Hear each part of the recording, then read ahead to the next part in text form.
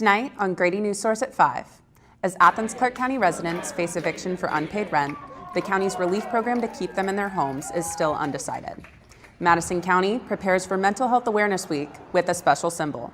And later, a deeper look into the colorful spiders that residents across North Georgia have been seeing lately. All of this and more coming up next. A dry cold front is still pushing through the area, so we'll continue to have cool, dry air throughout the evening with clear skies and a low of 38 degrees. Tomorrow, temperatures will warm back up a bit to have a high of 70 and a low of 44. Wednesday looks similar with sunny skies, a high of 72 and a low of 48. Thursday has a high of 73 and a low of 41, with a slight chance of some light showers as another cold front rolls in. On Friday, we'll see more sunny skies, but the high will drop to 60 degrees due to that cold front. Saturday will be mostly sunny with a high near 57 and a low around 47. We'll have our next full moon beginning this week, which officially begins at 3:58 a.m. early on Friday morning. The moon will appear full for about 3 days, from Wednesday night through Saturday morning. Weather permitting, you may be able to catch a glimpse of a partial lunar eclipse this Thursday night into Friday morning. The moon will be so close to opposite the sun that it will pass through the southern part of the shadow of the Earth for a nearly total lunar eclipse, with over 90% of the moon in full shadow. Only a small sliver of the left side of the moon will shine. It will begin to be visible a little after 2 a.m. and will reach its peak around 4 in the morning. Now we go to Allison Casso, who checked what resources are available for Northeast Georgia residents experiencing housing insecurity. Allison, what did you find? Hi, Shaelyn. I found Athens Housing Authority, which provides rental assistance and life skills services. This weekend was a big one for Georgia football. The Bulldogs had a dominant 34-10 victory on the road against number 18 ranked Auburn this weekend. This was with backup quarterback Stetson Bennett starting in place of JT Daniels, who's been on the sideline for the past 2 weeks due to a lat injury. The Bulldogs rose to the #1 spot in the latest AP poll as the Alabama Crimson Tide fell to number 5, following a loss on the road against an unranked Texas A&M. This is the first time Georgia's been in the top spot since the 2008 preseason polls and the first time during the regular season since November 1982. Here's what head coach Kirby Smart had to say about the ranking this afternoon. It's just a number, right? The goal is to be number 1 at the end of the season. You always know that. Everybody's goal is there. But to have an opportunity to do that, you got to be in the 4. And that's the most critical part. ESPN's College Game Day announced on Twitter yesterday afternoon that the show will be returning to Athens this Saturday ahead of Georgia's home game against number 11 Kentucky. Georgia and Kentucky are the only remaining undefeated teams in the SEC. SEC Network's Marty and McGee and SEC Nation will also broadcast from Athens ahead of this highly anticipated SEC East matchup.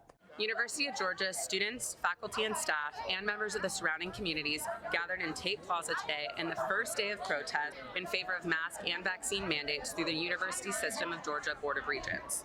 These gatherings are a part of a string of statewide protests in favor of mandates. I spoke with some of the protesters in attendance about what brought them here today. So we are out here protesting the Board of Regents and the University System of Georgia not allowing the universities that make up that system to enforce mask mandate or vaccine mandates on their individual campuses. We want our campuses to be open, but open with safe policies in place, which right now, from the CDC, we know means a mask mandate. We at UGA are also calling for a vaccine mandate or mandatory testing for people who are unable to be vaccinated. The number of students who are out or who are concerned about coming to class, given that masks are optional, is really causing a lot of distress, especially for students who have immune concerns. Maybe they have family members who are immune compromised.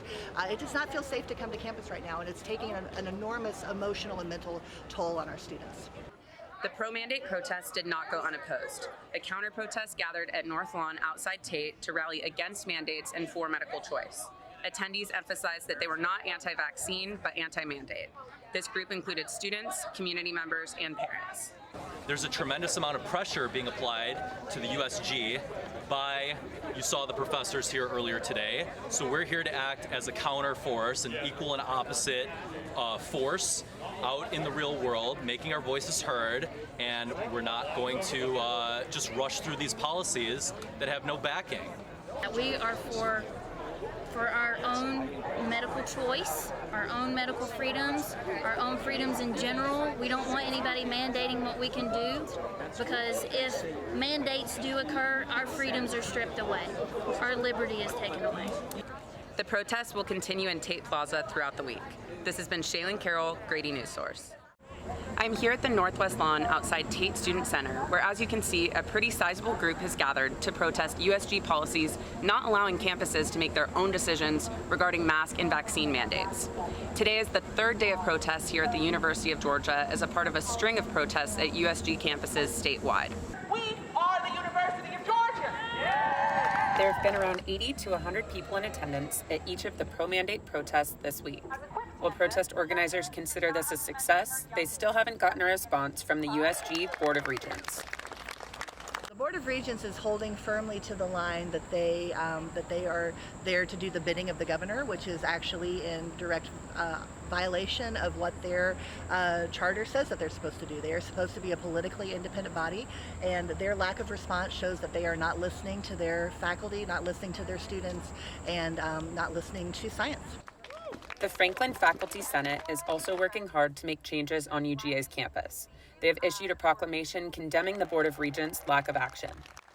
So we have a duty of care to our students, to our staff, to our faculty, but also to our surrounding community, which depends on us to do the right thing. Protests will continue Thursday and Friday. Athens Mayor Kelly Gertz will be speaking at the protest tomorrow at 1 p.m.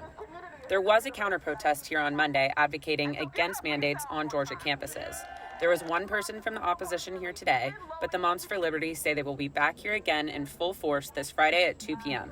This has been Shaelyn Carroll for Grady News Source. I'm standing here outside the Classic Center in downtown Athens, the venue for tonight's SDT Greek Grind. The annual event, hosted by UGA's Sigma Delta Tau, is the largest Greek philanthropy event at the University of Georgia. The proceeds go to Prevent Childhood Abuse America, or PCAA.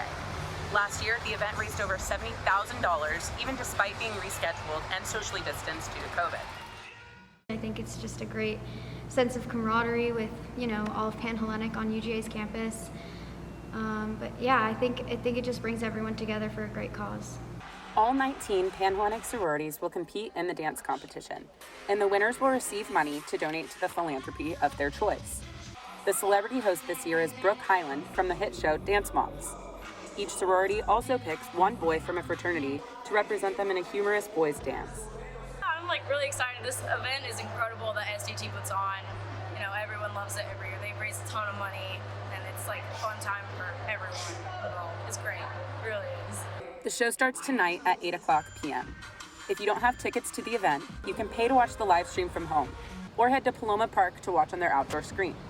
There will also be t-shirts and concessions for sale at the live event, as well as a raffle. This has been Shaelyn Carroll, Grady News Source. That's it for your look at the weather. I'm Shaelyn Carroll. This has been Shaelyn Carroll, Grady News Source. That's it from me on sports. This has been Shaelyn Carroll, Grady News Source. Thanks for joining us on Grady News Source. I'm Shaelyn Carroll. Have a great night.